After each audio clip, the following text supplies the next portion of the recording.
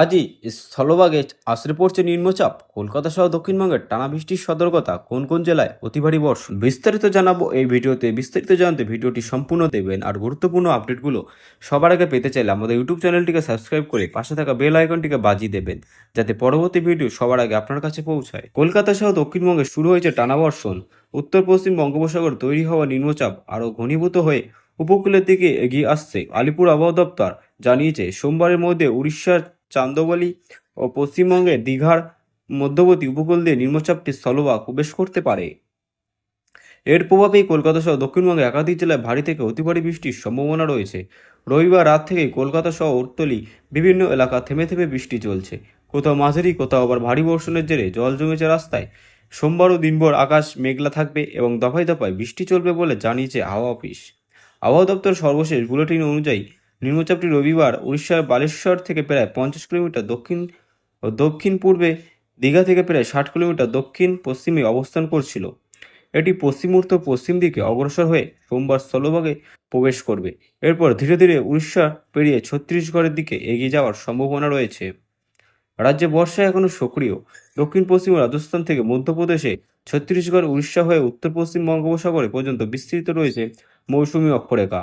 নিম্নচাপের সঙ্গে এই পরিস্থিতির জোড়া প্রভাবেই দক্ষিণবঙ্গে বৃষ্টির তীব্রতা আরও বাড়তে পারে। আজ কোন কোন জেলায় ভারী বৃষ্টির সম্ভাবনা? সোমবার কলকাতার পাশাপাশি হাওড়া, দক্ষিণ চব্বিশ পরগনা, হুগলি, পুরুলিয়া এবং বাঁকুড়া জেলায় ভারী বৃষ্টির পূর্বাভাস রয়েছে। অন্যদিকে পূর্ব মেদিনীপুর, পশ্চিম মেদিনীপুর এবং ঝাড়গ্রাম জেলার অতি ভারী বৃষ্টির সম্ভাবনায় কমলা সতর্কতা জারি করেছে হাওয়া দপ্তর। উত্তরবঙ্গে কবে বাড়বে বৃষ্টি? দক্ষিণবঙ্গে নিম্নচাপের প্রভাব পেয়ে ধীরে ধীরে কমলেও মঙ্গলবারের পর থেকে উত্তরবঙ্গে আবারও বৃষ্টির দাপট বাড়তে পারে। জলপাইগুড়ি, আলিপুরদুয়ার জেলায় বুধবার ও বৃহস্পতিবার অতি ভারী বৃষ্টির সম্ভাবনা রয়েছে। পাশাপাশি উত্তর দিনাজপুর এবং দক্ষিণ দিনাজপুরেও ভারী বর্ষণের পূর্বাভাস দিয়েছে হাওয়া অফিস। মৎস্যজীবীদের জন্য সতর্কতা। নিম্নচাপের প্রভাবে উপকূলবর্তী এলাকায় ঘন্টায় 35 থেকে 55 কিলোমিটার বেগে ঝোড়ো হাওয়া বইতে পারে। কোথাও কোথাও দমকা হাওয়া গতি 65 কিলোমিটার পর্যন্ত পৌঁছাতে পারে। এই পরিস্থিতিতে মঙ্গলবার পর্যন্ত মৎস্যজীবীদের সমুদ্রে যাওয়ার পরামর্শ দিয়েছে আবহাওয়া দপ্তর। আগামী কয়েকদিন দক্ষিণবঙ্গ ও উত্তরবঙ্গ দুই অঞ্চলেই বৃষ্টির দাপট বজায় থাকবে সম্ভাবনা রয়েছে।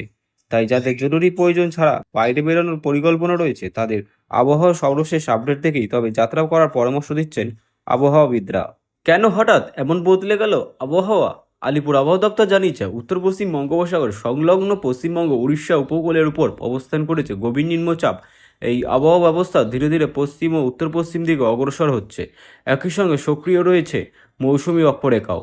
ফলে বঙ্গোপসাগর থেকে প্রচুর জলীয় বাষ্প পশ্চিমবঙ্গে প্রবেশ করেছে। এই দুইয়ের যৌথ প্রভাবেই দক্ষিণবঙ্গে শুরু হয়েছে টানা বৃষ্টি। আবহাওয়াবিদদের মতে এই ধরনের পরিস্থিতি একটানা মাঝারি বৃষ্টির পাশাপাশি স্বল্প সময়ের মধ্যেই অতিভারী বৃষ্টি হতে পারে। ফলে নিচু এলাকা, শহরে গুরুত্বপূর্ণ রাস্তা ও জল নিকাশের সমস্যা রয়েছে এমন জায়গাগুলিতে জল জমার আশঙ্কা থাকছে। আজ সবচেয়ে বেশি নজরে কোন কোন জেলা? সোমবার দক্ষিণবঙ্গের কয়েকটি জেলায় ভারী থেকে অতি ভারী বৃষ্টির সম্ভাবনা রয়েছে। বিশেষ করে দক্ষিণ চব্বিশ পরগনা, পূর্ব মেদিনীপুর, পশ্চিম মেদিনীপুর, ঝাড়গ্রাম, পুরুলিয়া, বাঁকুড়া, হাওড়া এই জেলাগুলিতে জন্য কমলা সতর্কতা জারি করা হয়েছে। কোথাও কোথাও 7 থেকে 20 সেন্টিমিটার পর্যন্ত বৃষ্টি হতে পারে বলে পূর্বাভাস। এছাড়া কলকাতা, হুগলি, উত্তর চব্বিশ পরগনা, পূর্ব ও পশ্চিম বর্ধমান, নদিয়া, মুর্শিদাবাদ, বীরভূমে ভারী বৃষ্টির সম্ভাবনা রয়েছে। বজ্রবিদ্যুৎ সহ দমকা হাওয়া বইতে পারে।